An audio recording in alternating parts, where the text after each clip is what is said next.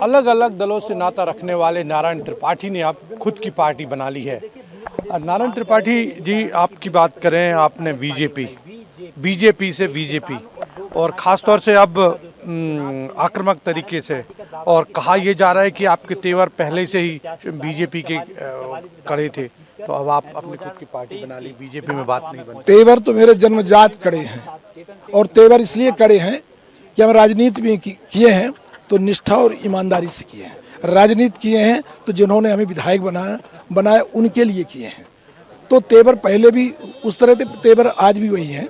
और ये तेवर का सिर्फ मतलब ये है कि जो लोग धोखा देते हैं, मैं किसी के बंधुआ मजदूर नहीं हो सकता, जो लोग धोखा देते हैं, छल कपट करते हैं, चाल चरित्र चेहरे की बात करते हैं, दोहरा चेहरा जब दिखता है मुझे तो मुझे तकलीफ होती है। मैं उनके साथ रहना पसंद नहीं करता। मैं राजनीति मैहर के लिए करता हूँ। मैहर के लोगों को दुख दर्द होगा, कहीं ट्रांसफार्मर नहीं है, कहीं बिजली नहीं है, कहीं खाद नहीं है, कहीं बीज नहीं है, तो मुझे बोलना पड़ता है। मेरे बोलने को लोग बागी मान लेते हैं, तो इनके द्वारा मैं नहीं संचालित। ये बीजेपी में बात करते हैं अनुशासन वाली, अगर कुछ बात कहते हैं तो वो बागी हो जाते हैं। क्या इस वजह से आपने पार्टी छोड़ दी? क्योंकि आपका लंबा नाता रहा है, सपा से रहा, कांग्रेस से रहा, बीजेपी से, इन लोगों दल से बन नहीं पाई, आखिर क्या वजह है? मैं एक लाइन बोला ना कि मैं बंधुआ मजदूर नहीं बन सकता, मैं गुलामी नहीं स्वीकार कर सकता। मुझे मैहर के लोगों ने नेता बनाया तो मैं मैहर के लिए बोलूंगा। अब बिंद मेरी जरूरत है, यदि मेरे जैसे आदमी बिंद के पुनर्निर्माण की बात नहीं करेगा तो कौन करेगा? जो धंधा व्यापार वाले लोग हैं वो तो बोल नहीं सकते। तो मैं तो फकीर आदमी हूँ, मैं फकीर आदमी हूँ, इसलिए लड़ाई लड़ रहा हूँ। मुझे बिंद का पुनर्निर्माण कराना। आपने एक बात और कही थी कि ईडी की धमकी दी जा रही है, बार बार लगातार हम देख रहे हैं कांग्रेस पे छापा डाल रहा है, लेकिन बीजेपी नेताओं पे नहीं डाल रहा है। मेरे पास तो कुछ है ही नहीं है कि मेरे पास ईडी का छापा पड़े, पर ये बात तय है कि लगातार हिंदुस्तान में, मध्य प्रदेश हो, छत्तीसगढ़ हो, जहाँ हो वहाँ आप देख रहे हो ईडी रोज छापा पड़ रहे हैं। तो ये तो एक राजनीति में प्रेशर है, तो ये काम उनका वो मैं नहीं जानता। पर मैं एक बात जानता हूँ कि राजनीति बहुत बदल चुकी है। आपने 25 सीटों पर कैंडिडेट उतारे हैं।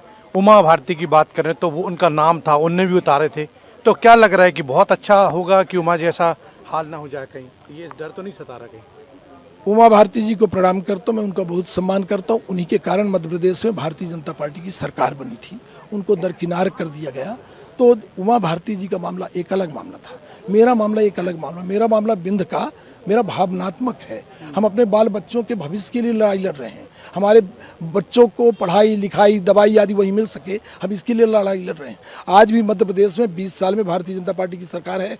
20 साल में आप मध्य प्रदेश में किसी भी जगह जाके मुझे देख के बताइए कि ये स्कूल बेहतर बना हुआ है।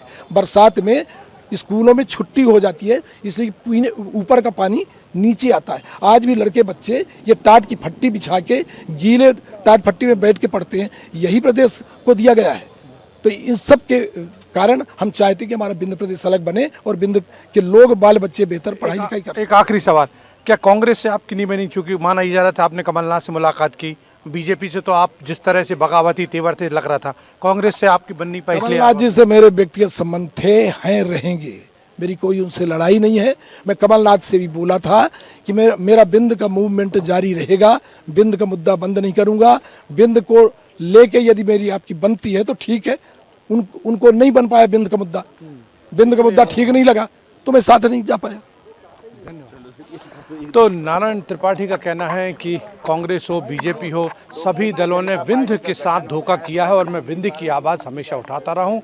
और यही वजह है कि सपा हो, कांग्रेस हो या फिर बीजेपी हो, मैंने छोड़कर अब खुद की पार्टी बनाने का फैसला किया है। अब बीजेपी, विंध्य जनता पार्टी पूरे प्रदेश में 25 कैंडिडेट उतार रही है।